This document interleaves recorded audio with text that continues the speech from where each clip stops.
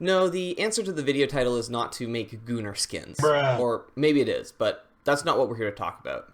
No, today we're going to talk about looking at other forms of media and what we can learn from them, specifically hero shooters and MOBAs and similar genres, and what we can take from these games, because these games actually do something very brilliant that we can bring into TTRPG design. And no, the answer is not loot boxes either.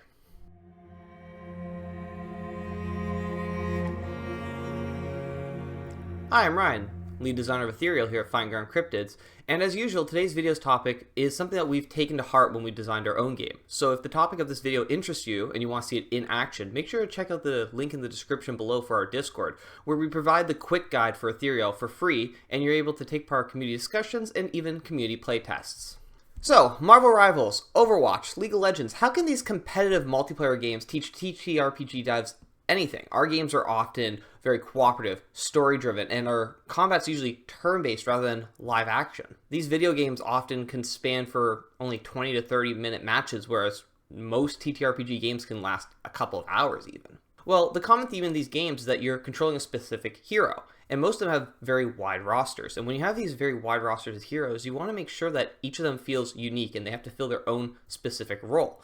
And to do this, you create a kit. A kit is a group of abilities that come together to define your playstyle. But the brilliant things about these games is it's not like an MMO where you have dozens of abilities. No, usually you're set to maybe a passive and 3 to 4 abilities, and that's it. And with that, you're telling a whole story about a character in a small condensed form. A kit defines how a character plays, their strengths, their weaknesses, how it feels in the player's hands, and it gives an immediate sense to the player of understanding of what they should be expected to do with this character. For example, let's look at Wolverine from Marvel Rivals. I'm not going to lay out every specific detail of his abilities because it's not a Marvel Rivals channel, but to give you instead a very quick overview of what I'm talking about here. So he has a basic claw attack that deals more damage as he gets rage. These two things immediately tell you, well, he's probably a brawler. He then has a leap ability that when he slams into a target, it knocks them to the ground. This gives him a very strong sense of engagement, giving you the ability to get in there and even pull enemies away from their group. Another ability reduces incoming damage, so again, that plays into that vibe of being a brawler, being in the middle of multiple enemies. This pairs well with his passive that gives it increased healing over time for a short period of time, allowing you to stay in the battle longer rather than having to dip in and out and grab healing from other sources. Another ability he has gives him a short dash forward followed by basically a swipe attack. So again, you pair that with his leap and you got some very strong engagement and some mobility mixed in with this brawler. And finally, he has an ultimate that allows him to knock multiple enemies forward and up into the air, once again playing to that sense of being into the midst of multiple enemies and wanting to put you there. By bringing this entire kit together, you have an immediate sense of a brawler that's got not a high mobility, but instead feels a little bit beefy, that can move from a few different spots, push enemies around, and also wants to stay in the fight to keep his rage meter up to keep increasing the damage of his claw attack. When you pull it together, the player can immediately sense what they're supposed to do playing Wolverine, and also, even more importantly, gives you the feel of being that specific character from the Marvel Universe. The kit is basic, but formed by just a few abilities. Remove one of them and the entire kit and thematic of it just falls apart. And kits like this is where, as TTRPG designers, we could be taking inspiration from. Imagine giving every level 1 character a few abilities at level 1. Doesn't have to be a large number, but helps define that playstyle. Immediately as players come in and pick up a new character, they immediately know what role this character is supposed to play, or it helps increase the thematic of that character immediately, rather than only having one ability that's very up in the air about what is that real purpose and what is that sort of connection. What it does is also gives more importance to the early levels and doesn't really encourage players to skip from level 1 to immediately starting a character at level 3 like some other TTRPGs recommend you do.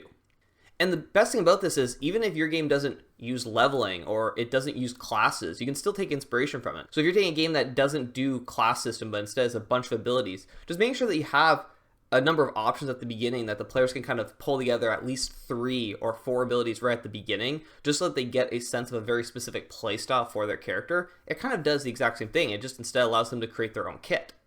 And kits are something that we have absolutely taken inspiration for in Ethereal. Let's look at the detective division, for example. Right off the bat, every detective gets 2 core abilities. The first one being their deduction, where they're able to declare if they think their attack's going to hit or miss, and they get a bonus if they do. This immediately gives the vibe of Sherlock Holmes being in a brawl. Predicting his enemy's moves and declaring your deduction makes you feel like a calculated character. Then on top of that, they also have another ability that they get bonuses when they're inspecting or analyzing enemies or just general characters. Immediately then, you feel like a detective by these two basic abilities. And then when you dive into your specialties, you get even more thematic when you have something like the private eye, that hard-boiled detective that gets more damage for using their fists in a brawl. It pushes the kit into the direction of being more of a brawler while still retaining the feeling of being a hard-boiled detective. Kits are a powerful tool right from the beginning to give players to give an identity to their character. It allows both new players to better understand your game while also giving experienced players something to sink into when they've played your game multiple times and they don't have to feel the need to jump to level 3 or jump to a higher milestone to just immediately get a bunch of bonuses. But the inspiration from these games doesn't need to stop there. In fact, these games are teaming with large rosters, and a very fun activity to do is pick a random character from one of these rosters, look at their abilities, and see how could an ability from that vibe in your game. It's an interesting activity because you're taking something that's live action and turning it into most likely a more turn-based style game. But what you're going to find is a deep well of inspiration for various abilities and spells and features and even sometimes mechanics that you might want to consider. This is actually how we came up with an ability for the Pack Hunter in our game. The Pack Hunter is meant to be a character that moves around a lot and wants to hit multiple enemies in a single turn. Well, we looked to Yasuo in League of Legends, who has an ability that allows him to dash through enemies, and then also, if they've stacked up an ability enough times, do like an AoE attack.